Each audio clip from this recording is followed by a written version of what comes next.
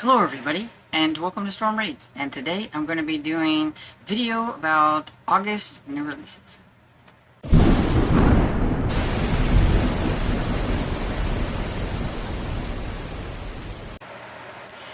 So this video is going to contain new releases for August from middle grade and adult. I don't know if there's any young adult. If it is, it's mixed in with the adult. There might be a thriller or something that comes up. I think I have more on the middle grade side than I do adult side. I'm trying to get this done at the beginning of the month since I totally just spaced on the one I had planned for July because July just wasn't a really good month for me. And so hopefully I can get this one done a little bit quicker. So I will start with the middle grade, and hopefully I have these in somewhat of an order according to like the date that they come out and everything. But yeah, so I don't know anything about them, so I will be reading like what they're about off of Goodreads on my computer, so you'll see me staring off that way and everything. So just sit back and relax. I don't think this will be like a horribly long video, but I don't know, so because I do tend to ramble a bit sometimes, as I'm doing right now. So get you a snack. The first one I have comes out August 6th, and it is from Shadow Mountain, and it's not like usually my typical type. I'm not a huge science fiction fan, but when it comes to middle grade, I can kind of do science fiction a little bit because it's the kind of science fiction I can understand. But it also says it's a dystopian, and this one is called The Legend of the Last Library by Frank L. Cole, and it's because it's about a library type thing is one of the reasons it's on this list. And so it says, what if we lived in a world without books? Horrible. After a devastating blight killed off all the trees, paper is worth more than just about anything. Junie's parents died when she was young, so now it's just her and her grandpa Edgar. When she's not in school, Junie and her friends, Adoler and Quasi, turn to polyphene, scavenging for any paper they can find. If Junie can find enough paper, she can pay for the healthcare Grandpa needs. So when Junie discovers a book, the first one she's ever seen, hidden in a box in her grandpa's closet, she's both surprised and elated, thinking of the money she could get for it. That all changes when she decides to read the book. Beyond opening her imagination, the book contains clues that point to what could be the last library on Earth. The library's location has been hidden for more than 100 years, but Junie and her friends are not the only ones looking for it. Ulred O'Donnell, head of the R&D for Novexus, a megacorporation that's replaced the government and now controls all information, is desperate to find the library as well. With an army of vicious robot dogs at his command, Ulred warns Junie to abandon her quest or else. Junie and her friends must find the library and share it with the world before Novexus claims it as their own. If reading one book could change Junie's life, what could access to thousands or millions of books do? So yeah, so it's all about books, so that's pretty much why this one's on here as one that I think sounds like it could be interesting. You will probably see a mix of ones that I am super looking forward to, as well as ones that I just think sounds interesting, and I will probably tag on Libby when they're out. So next we have a fantasy mystery, and this one comes out on August 6th as well. And this one is from Fuel Friends, and it says, Onwell Sledge, an 11-year-old metal witch apprentice, lives with her grandmother in a rural village that hasn't seen giants since the Great Beanstalk War. So when a giant falls right onto them, it's quite a surprise. It's even a bigger surprise when they discover that the giant was dead before it hit the ground. Onwen, her grandmother, and Onwen's rival, Ceres, probably pronouncing that wrong, will have to plant a magic beanstalk and send a message to the giants in the Sky Kingdom. But when Anwin and Cirrus, still probably pronouncing that wrong, get stuck to the beanstalk and find themselves shot up to the Sky Kingdom and surrounded by giants. There they learn that the dead giant was a king. Since the giants have no magic beanstalks of their own, it'll be a few days before they can send the girls home. Metal Witch, in training, Onwell, has the duty to the dead, so she's determined to help solve the case, despite Cirrus' doubts in her. With the help of a page boy, a few animal friends, and her reluctant rival, can Onwell figure out who killed the king before it's time to go home, or before the killer strikes again. So, middle grade murder mystery with a giant, a dead giant. So, and I think it kind of sounds like it would be fun and everything. So, yeah. What do you think? I think it sounds really fun. So this next book is one that I am looking forward to reading. I have enjoyed the first two books in this series by this author. This book is called Wild Wave by Rodman Philbrick, and this is kind of like a realistic survival adventure, a little bit over the top sometimes. You gotta suspend your disbelief a little bit with these, but it usually does involve some kind of catastrophe that middle graders are trying to survive. So Wild Wave is an adventure, but two kids trapped in the aftermath of a tsunami. It's kids versus nature and another edge-of-your-seat read. When a tsunami heads for the coast, Nick Chase and Jess Hardy have to run. They make it into the woods above the bay, only to see the sea is flooding their whole neighborhood along the shore, destroying everything. In the broken landscape that's left behind, the two must try to find their way to safety. But when they come across a stranded elderly couple, it is up to Nick and Jess to work together and get help so that they can all make it out alive. This is another gripping environmental survival story from the Newbery Honor author of Wildfire and Wild River, the two books that I have actually read and everything. And so, yeah, they're really over the top sometimes on how these kids survive things and how they can get to safety and all that kind of stuff, but they're still fun and I like them. They're usually pretty fast-paced and full of some action and things like that, which is what I like. And so I am excited to get to this third book in what I call the Wild series. I will say these are companion novels in a series, so they don't have to necessarily be read in order. They're just different different survival books, I guess you could say, though I have read them in order because now I'm waiting on this one. So this next book that I have will not be for everybody. This one is for my middle grade lovers who like horror and spooky books. You will see by the cover, the cover's a little creepy. You can't really make out exactly what is going on in it, but it still alludes to some creepy things going on. And that would be The Lonely Below by G. Heron Davis. And this one comes out August 6th from Scholastic Press.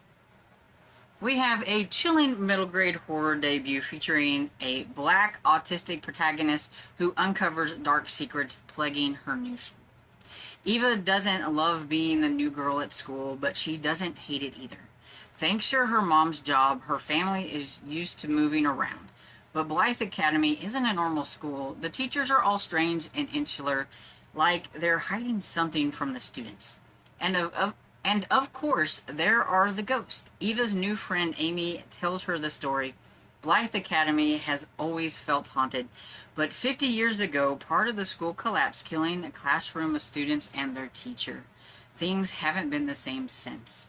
To most students, it's just a scary story, but it's not long until Eva is having her own terrifying run-in with the ghost, and they seem to be trying to communicate with her. Soon she's having unnerving visions that seem to predict another collapse. Add in suddenly having to move into the dorms and her classmates finding out she's autistic before she's ready to tell them. Eva is completely overwhelmed. Eva wants to tell people about her suspicions, but She doesn't think the collapse was just a tragic accident. It was caused by a malevolent force. And the force is back and hungry for more. As time begins to run out, will Eva be able to discover the truth of Blythe Academy and save lives, or will it be too late? So yeah, it sounds good and everything. Hopefully it'll be really good. And so yeah, this one comes out, as I said, August 6th, and from Scholastic Press. And so yeah, it's another one to mark on my Libby.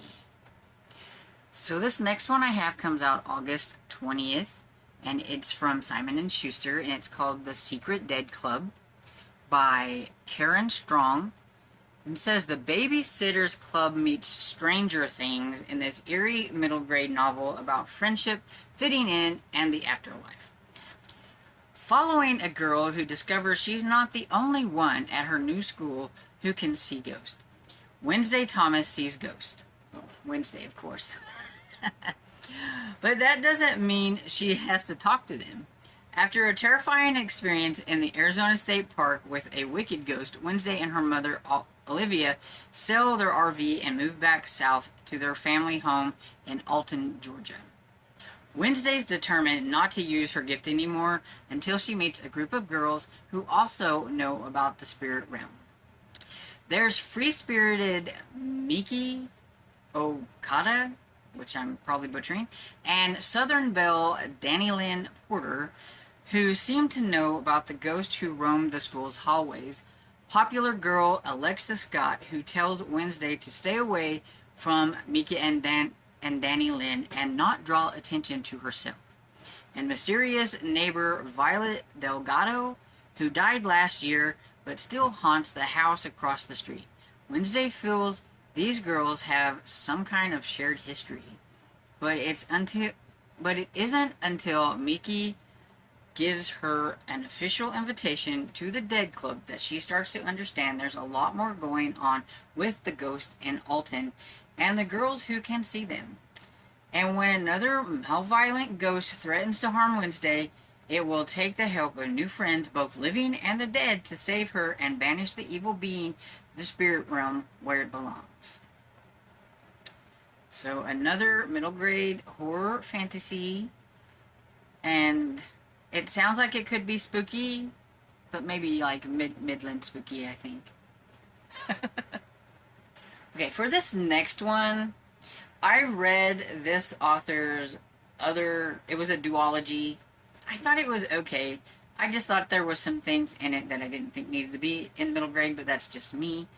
And so I thought I would give him another try and read this one. It looks like it may be the first in a new series or duology or something and everything, but it is called Jaden Powers and the Inheritance Magic by Jamar J. Perry.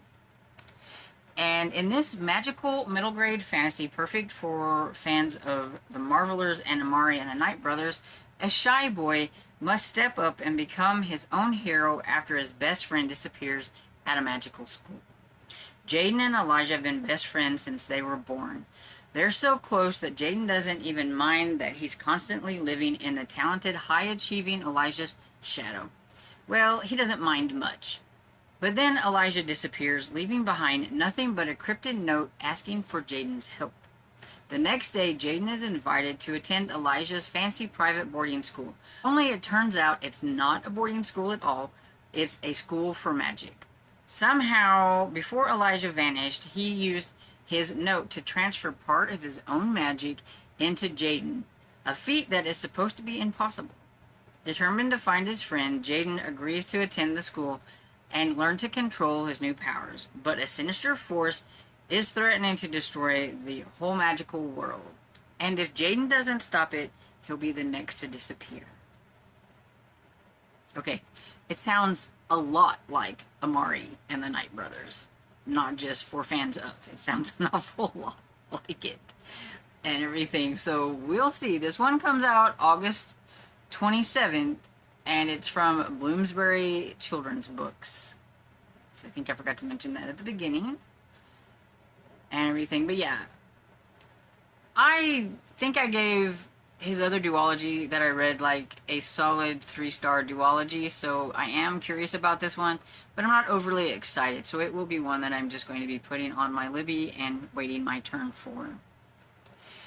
But speaking of Amari and the Night Brothers, the long-awaited third book, Amari and the Despicable Wonders by B.B. Alston. It is the third book in the Supernatural Investigation series, and there have been a bunch of us waiting for this one for a while. And to be honest, I may have to reread the first two because, I don't know, or at least like skim them or something.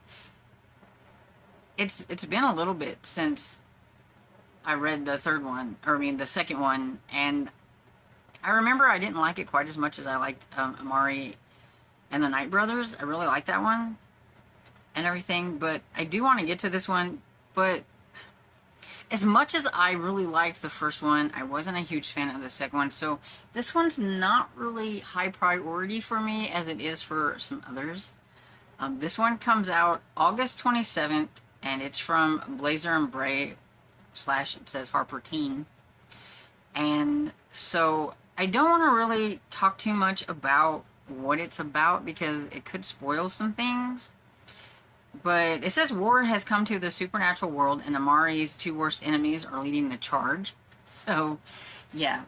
I did think that it was a little bit surprising when you found out, like, who, like, the bad person was in, like, the first one. And then, I didn't think the Great Games, the second one, I didn't think the Great Games were really that great, to be honest. I was expecting something totally different. And see, I think that might have been my problem and everything. It just was kind of average games. They weren't great games and everything. But I am curious to see how this third one will go. I don't know if this is going to conclude or if it'll go on past 3. A lot of times, middle grade books are trilogies, but it doesn't say conclusion or anything. So, yeah. I'll wait my turn. I will put it on Libby and wait my turn for this one. I may, like I said, I may reread the first two and everything and be, prepare myself for this one, but I'm not in as big a hurry for it as I used to be. But the cover's really pretty. Okay, so now we're going to be moving to the young adult and adult books, and y'all, like, I only have 3. I thought I had more than that for adult.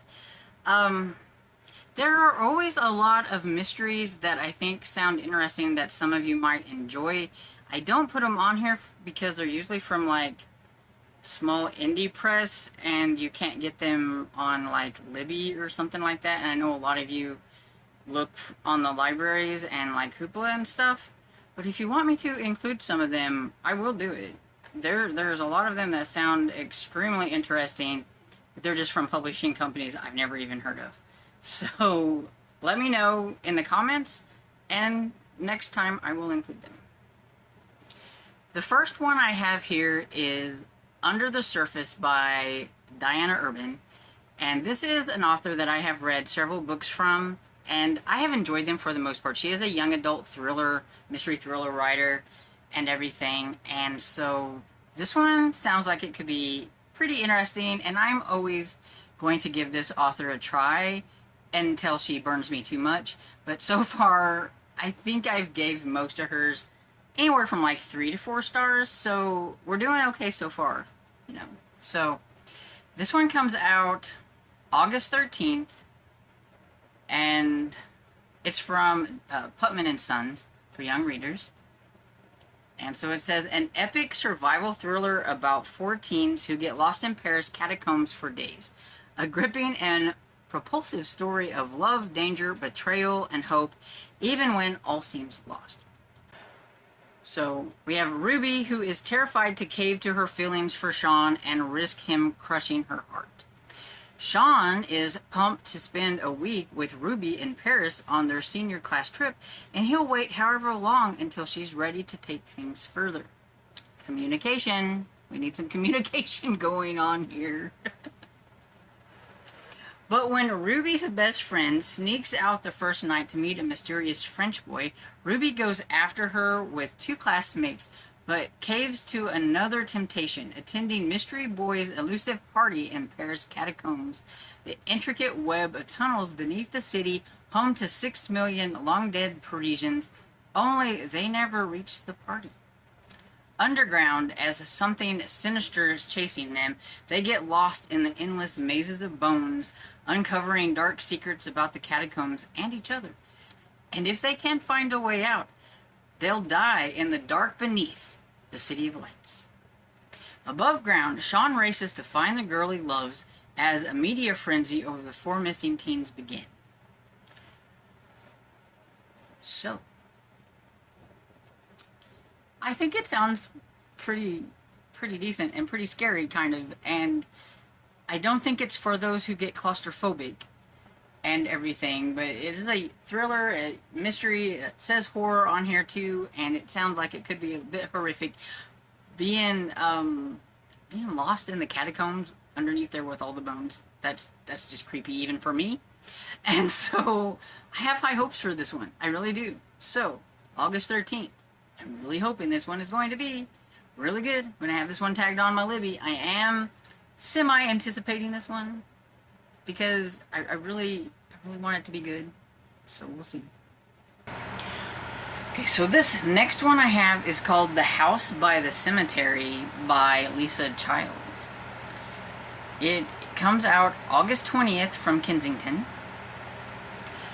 And it is billed as a thriller, horror, mystery thriller, crime, so we'll see. It says 6 Feet Under meets Succession with a gothic twist after the suspicious death of a Midwestern funeral home empire's wealthy patriarch. In Gold Creek, Michigan, legend has that the ghost of a local gravedigger still stalks the cemetery, swinging his shovel, looking for his next victim's bury. But when the town's wealthiest undertaker dies, his estranged daughter must contend with the ghosts that haunt her own family. After she left home at 17, River Gold swore that she would never return to Gold Creek. Growing up at the Gold Funeral Home and Memorial Gardens was a nightmare. Classmates constantly teased her for being part of the Ghoul family, while her own family denied that she was actually a Gold. Her father, Undertaker Gregory Gold, certainly never acted like a father. He was far more interested in profiting off of other people's tragedies. But now Gregory has died, and River has surrendered to her mother Fiona's pleas that she come back for his funeral. But the mourning period is cut short when it's revealed that Gregory died of poisoning and Fiona is arrested for his murder. Oh, okay. Clearly Fiona, his 3rd wife and funeral home's cosmetologist, is being framed.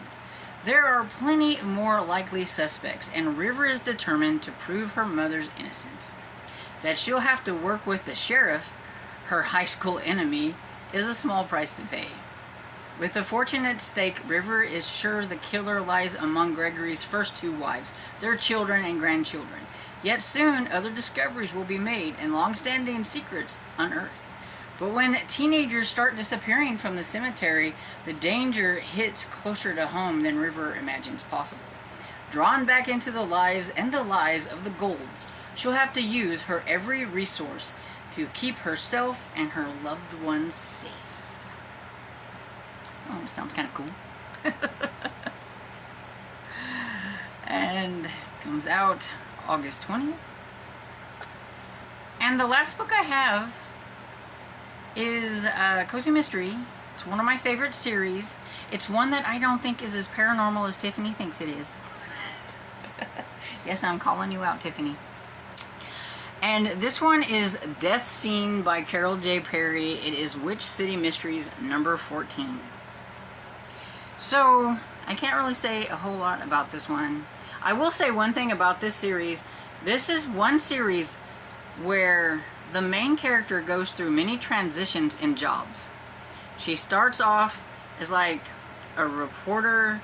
She does crystal ball things for some kind of night movie things, like tarot reading things, that she didn't have any clue what she was doing.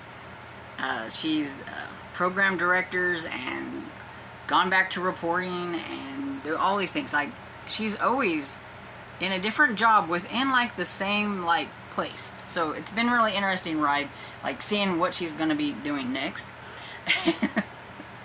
And I can read this though. It says, between documenting the process of the movie, corralling starstruck autograph seekers and fans, managing unmanageable traffic on Salem's narrow streets, Lee and Pete are beyond busy. Even Lee's best friend, River North, tarot card reader and practicing witch, gets in on the action, landing a job as a stand-in and body double.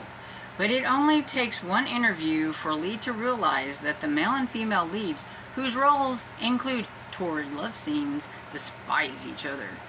Yet their problem is short-lived, literally. So we know something's going to happen there.